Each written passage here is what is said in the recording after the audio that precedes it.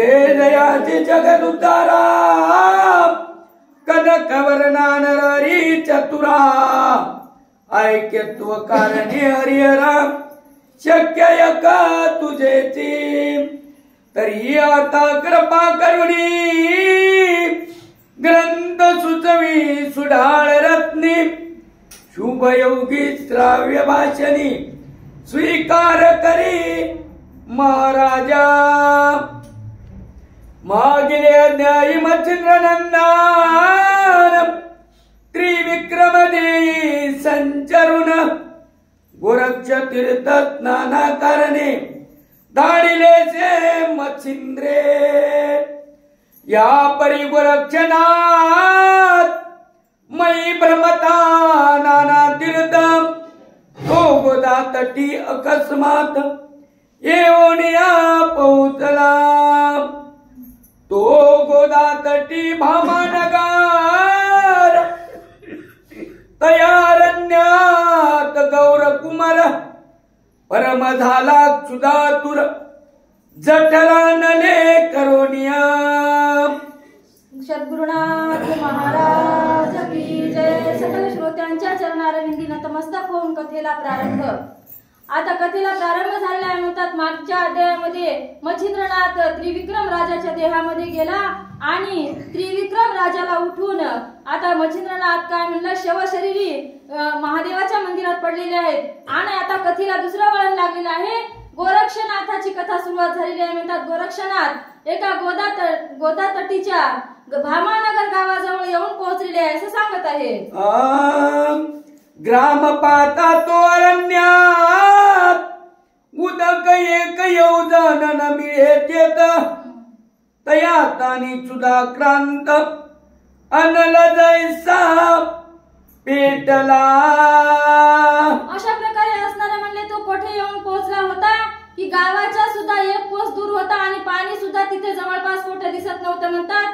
पाणीही दूर आणि जायला गाव सुद्धा दूर आणि भूकही लागली होती आणि तहानही लागली होती। अशा प्रकारची परिस्थिती आता गोरक्षाची निर्माण झाली होती म्हणतात। मार्गी चालता दिशा लक्षित तो शेत देखील अकस्मात कृषी कर्म प्रांजळवंत पाहुणे सुमार धरियला।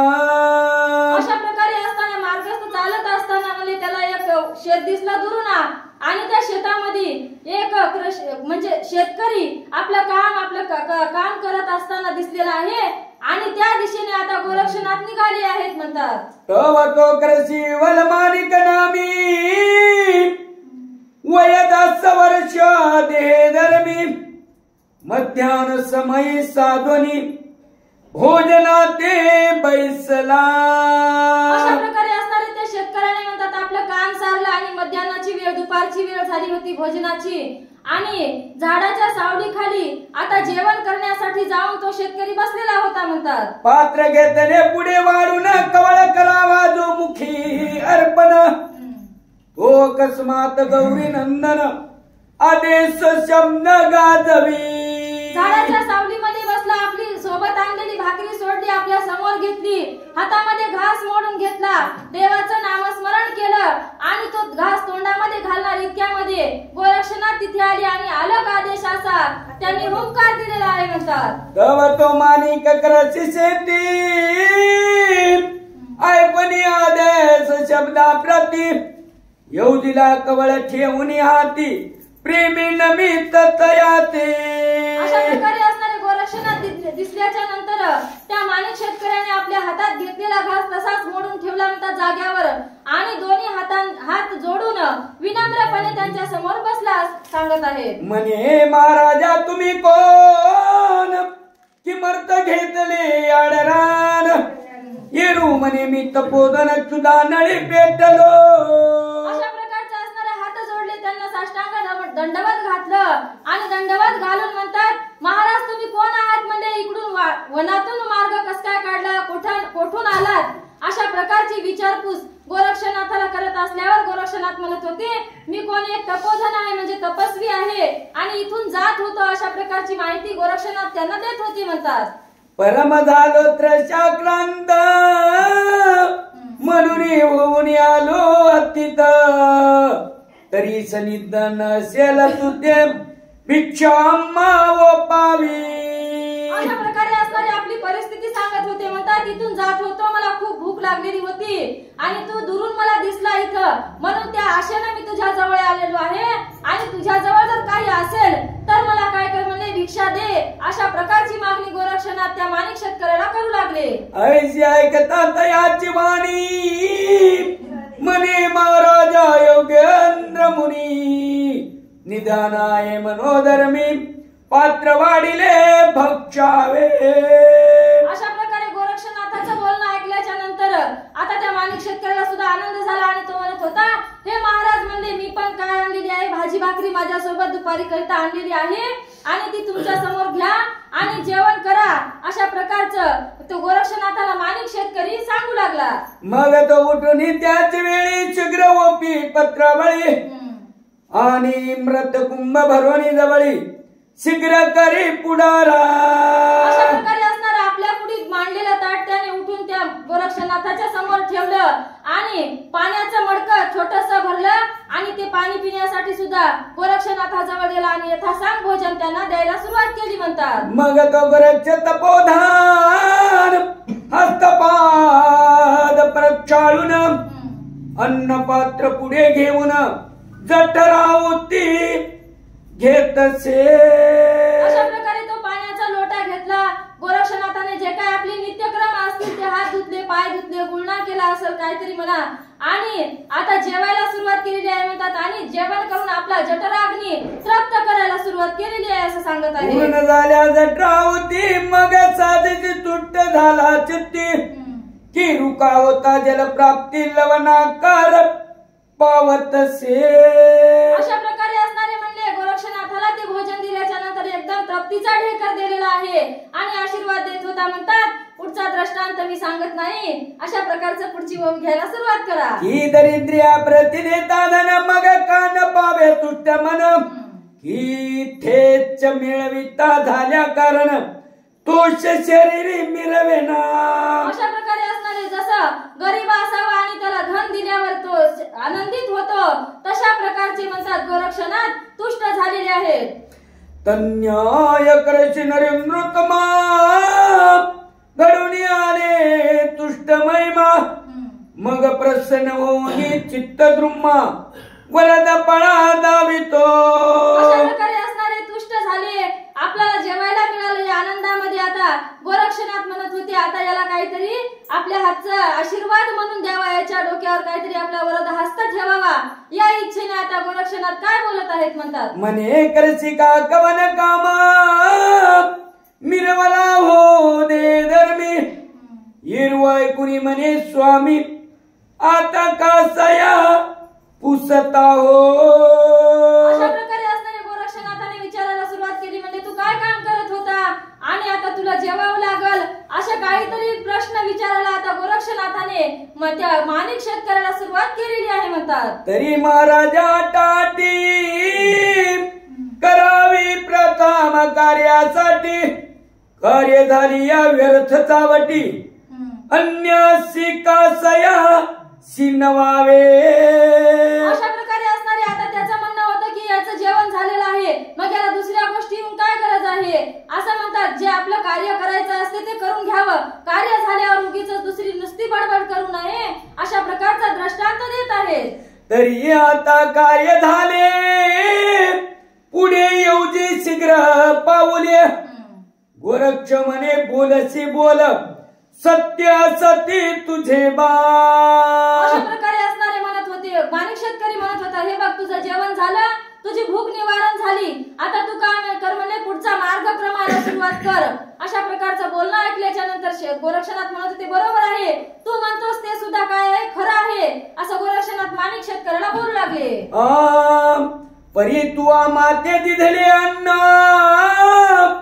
तेने मम चित्त झाले प्रसन्न तरी तव देही किंचित पण सत्याशल वद माते. अशा प्रकारे गोरक्षनाथाने त्याला सांगायला सुरुवात केली. म्हणजे तू काय दिलेलं आहे, तुझं अन्न, तुझ्या पोटाला लागणारी भाकर तू मला दिली, मला आनंदित केलं, माझी क्षुधा कशी शांत केली. मग आता मला काय वाटते की तुला काहीतरी द्यावं, तुझ्या पोटात काही जी इच्छा असेल मनामध्ये ती मला सांग, अशा प्रकारचे गोरक्षनाथ त्या माणिक शेतकऱ्याला बोलू लागले. जे जे कामना असेल तू ते पूर्ण पावाशी फळ सहित येरी ऐकून करशी त्या ते आयुष्य उत्तर देत असे. तो म्हणत होता तुझ्या मनात जी काही कामना असेल ती सांग, कारण त्या कामनेमध्ये काही संशय येऊ नाही. तू संशय फेडून सांग, मी सगळं काही तुला द्यायला तयार आहे. असं म्हणल्याच्या नंतर आता माणिक शेतकरी काय म्हणतो ती पुढच्या वेळी पाहू म्हणतात.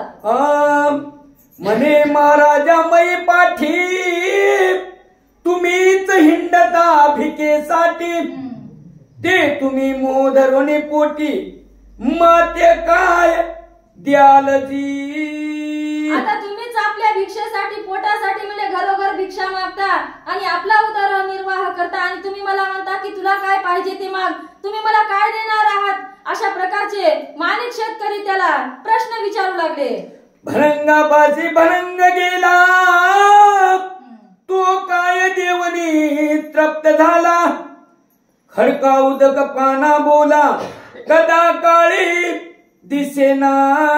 अशा प्रकारचे एक आयताच भिकारी आहे म्हणले आणि त्याच्याजवळ दुसरा भिकारी गेला तर तो काय देऊ शकेल, त्याची काय भिकार पण निवारू शकेल का, होणार नाही म्हणजे शक्य नाही. मी तर गरीब आहेच पण तुझ्याजवळ भाकरी सुद्धा नाही खायला पोटाला, मग तू मला काय देऊन माझी तृप्ती करणार आहेस. अशा प्रकारचे गोरक्षनाथ बोलू लागले.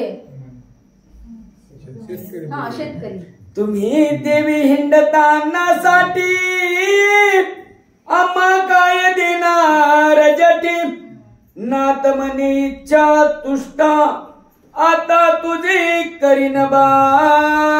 तुम्ही जाणण्यासाठी घरोघर हिंडता म्हणजे मला म्हणता की तुम्ही काहीतरी मला मागा, तुमच्या जवळ काय आहे म्हणजे देण्या योग्य मला, मी काही मागेल मग तुम्ही काय देसाल का. अशा प्रकारचे माणिक शेतकरी त्या गोरक्षनाथाला बोलू लागले. येरी म्हणे पुरे बोलणे काय आहे तुम्हा स्वाधीन, तरी अनेक तुझं कारण लागत असेल ते माग. अशा प्रकारे असणारे म्हणत होते तुझ्या जवळ तर काही नाही, मला म्हणत आहेस की माग माग, तुलाच अजून काही लागत असेल तर मीच देतो म्हणत होती माणिक शेतकरी. मीच तुझी काय करतो अजून तृप्ती करतो, माझ्याकडे तुला द्यायपुरता अजून आहे. अशा प्रकारचे माणिक शेतकऱ्याचं म्हणणं त्या गोरक्षनाथाला सांगू लागले. म्हणतात नात म्हणे रे एक धान तू आज दिल्या झालो प्रसन्न, तरी काहीतरी मज पासून मागून घे कृषीराया. तर मला अन्न दिलेलंच आहे म्हणतात, तू मला भाकर दिली, माझ्या पोटाची क्षुधा शांत केली, आता मला दुसरं काही नको पण तू माझ्याकडून काहीतरी मागून घे. असं वारंवार गोरक्षनाथ त्या माणिक शेतकऱ्याला बोलू लागले. येरू म्हणे उगलायसा तू काय द्यावे आम्हास, तरी काही न मागू सुरस पंथा पुला क्रमिका. अशा प्रकारे असं म्हणत होते, असं म्हणल्याच्या नंतर म्हणत होते तू मला काहीच देऊ नको, तुला मला द्यायची गरज नाही, माझ्याकडे आहे. तू काय कर म्हणले आल्या पावलाने आपापला मार्ग धर आणि आपल्या मार्गाने सरळ निघून जा. असे गोरक्षनाथाला माणिक शेतकरी सांगू लागले. ऐसे बोलता माणिक नामी गोरक्षे विचारिया पुरे मनी, अडभंग सती कृषी धर्मी सदा विपुनी बैसोनिया. अशा प्रकारे असणारे गोरक्षनाथ म्हणत होते या अडाण्याला किती वेळा सांगितलं तरी याला काही कळत नाही म्हणले, याला नाथपंथाची काय माहित म्हणले महिमा काय आहे ते. हे शेतकरी कसे अडाणीचे अडाणीच राहतात म्हणले, कारण हे शेताच्या बाहेर कधी निघालेले नसतात, यांना बाहेरचं ज्ञान काय माहित आहे. अशा प्रकारचे गोरक्षनाथ आता त्या माणिक शेतकऱ्याला सांगू बोलू लागले. म्हणतात तरी हा माते म्हणतो माग, परित्याची हितार्थ करावा लाग, ऐसे विचारुनी मनोवेगे तया लागे बोलत असे. हा म्हणत आहे म्हणले की काहीतरी मला माग, काहीतरी माग, पण मी काय मागू, पण आपणच काहीतरी याला द्यावं आणि सनात करावं अशी इच्छा गोरक्षनाथ आपल्या मनामध्ये करत होते. म्हणतात गोपाळ